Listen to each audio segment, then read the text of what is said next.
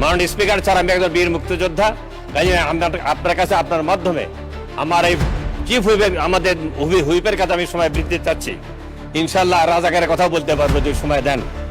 মাননীয় স্পিকার, আমি প্রথমে শ্রদ্ধা স্মরণ করছি স্বাধীনতা একমাত্র ঘোষক বীর মুক্তিযোদ্ধা শহীদ প্রেসিডেন্ট জিয়াউর রহমান, আর স্বাধীনতা অন্যতম নায়ক বঙ্গবন্ধু শেখ মুজিবুর রহমান, আর একজন নেতা যিনি স্বাধীনতা অগ্রদূত, যিনি 1970 সালে জাতীয় নির্বাচনে বয়কট করে ঘোষণা দিয়েছিলেন ব্যালট বাক্সে লাথি মারো, পূর্ব পাকিস্তানের স্বাধীন করো, সেই মজলুম জননেতা মৌলানা আব্দুল হামিদ খান আব্বাসীর প্রতি শ্রদ্ধা জ্ঞাপন করছি।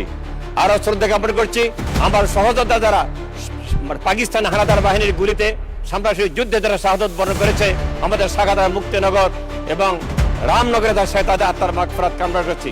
আমি শ্রদ্ধা স্মরণ করছি জুলাই যোদ্ধাদের আবু সাইদ বীর মুগ্ধ এবং সাগাদার সজল সহ সবার প্রতি শ্রদ্ধা জ্ঞাপন করছি।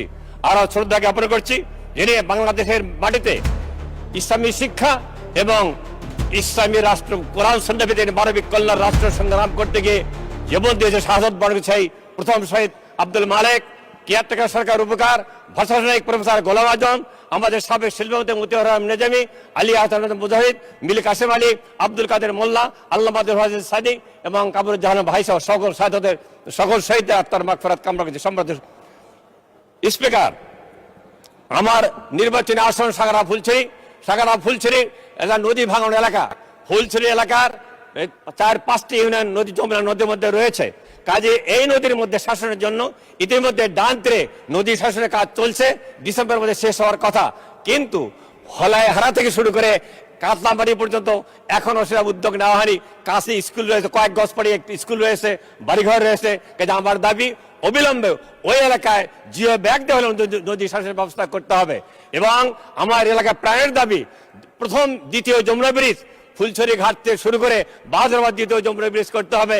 এটাই জনগণের আকাঙ্ক্ষা, জনগণের দাবি।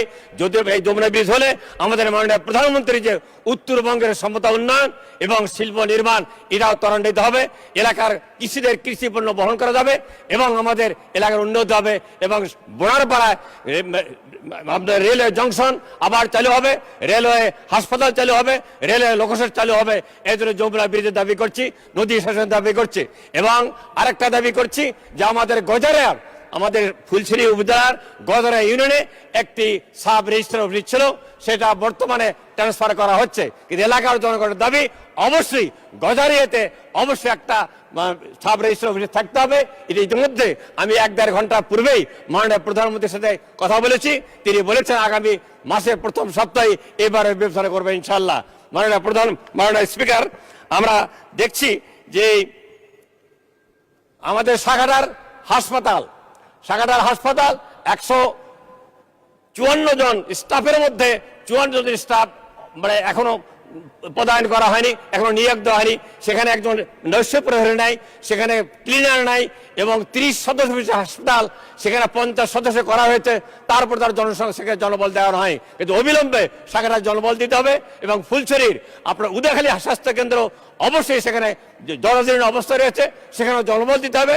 সেখানেও সিকিউরিটি নাই, সেখানে পরিচ্ছন্ন কর্মী নাই, অবিলম্বে সেখানে পরিচ্ছন্ন কর্মী দিতে হবে। সম্মানিত স্পিকার, আর আরো দাবি করছি যে আমাদের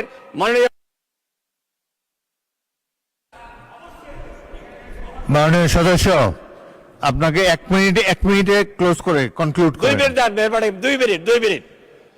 আচ্ছা যান, 2 মিনিট যে সৌহার্দ্যপূর্ণ চলছে, কিন্তু আমরা চাই, জামাত হিসেবে চাই এই পার্লামেন্ট 5 বছর টিকে থাকুক। মাননীয় প্রধানমন্ত্রী তারেক জিয়ার নেতৃত্বে যে সরকার গঠিত হয়েছে স্থিতিশীল সরকার হিসেবে, সেই সরকার 5 বছরের সর্বশেষ দিন পর্যন্ত টিকে থাক। কিন্তু জন আকাঙ্ক্ষাকে, জনমতকে অবশ্যই শ্রদ্ধা করতে হবে। যে অধ্যাদেশের বলে আমরা নির্বাচন করেছি এবং গণভোট হয়েছে, সেই গণভোটের প্রতি এই ট্রেজারি ব্যাংক সরকারি দল বিএনপি কোনো শ্রদ্ধা দেখায়নি, বরং তারা অপমান করেছে, তারা বিশ্বাসঘাতকতা করেছে। এবং সেই সঙ্গে মাননীয় স্বরাষ্ট্রমন্ত্রী এই সংবিধানে মহা অসত্য কটাক্ষ রয়েছে। তিনি নায়কোচিত ভাবে সংবিধানের ব্যাখ্যা দিচ্ছেন, কিন্তু সেই সংবিধানে এখনো স্বাধীনতার ঘোষক হিসেবে শেখ মুজিবকে রাখা হয়েছে। আমি নিন্দা করছি, তীব্র আপত্তি করছি।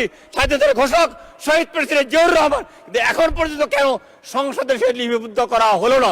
কাজে দাবি করছি এই মেয়াদের মধ্যেই শহীদ প্রেসিডেন্ট জিয়াউর রহমানকে স্বাধীনতার ঘোষণা বিষয়ে সংবিধান লিপিবদ্ধ করা হোক। মাননীয় স্পিকার, সেই সঙ্গে আরো দাবি করছি যে আমাদের মাননীয় সরকারি দল যে মহামান্য প্রেসিডেন্টকে ক্ষমতায় রেখেছেন, এই প্রেসিডেন্ট খুনি শেখ হাসিনা প্রেসিডেন্ট, তিনি তার নেতৃত্বেই গুম হয়েছে, হত্যা হয়েছে, গণহত্যা হয়েছে, আয়নাঘা হয়েছে। বিএনপি আবার তার নেতৃত্বেই গুম করতে চায়, গণহত্যা চালাতে চায় কিনা মাননীয় স্পিকার। কাজে এ ব্যাপারে পদক্ষেপ নিতে হবে অবিলম্বে। এই মাননীয় প্রেসিডেন্টকে, যেহেতু তারা অনেক অভিজ্ঞ লোক রয়েছে, তাদের মধ্যে প্রেসিডেন্ট হওয়ার যোগ্য রয়েছে, কাজী জুলাই যোদ্ধাদের প্রতি শ্রদ্ধা রেখে অবশ্যই একজন সরকারি দল থেকে একজন নতুন প্রেসিডেন্ট নিয়োগ করতে হবে।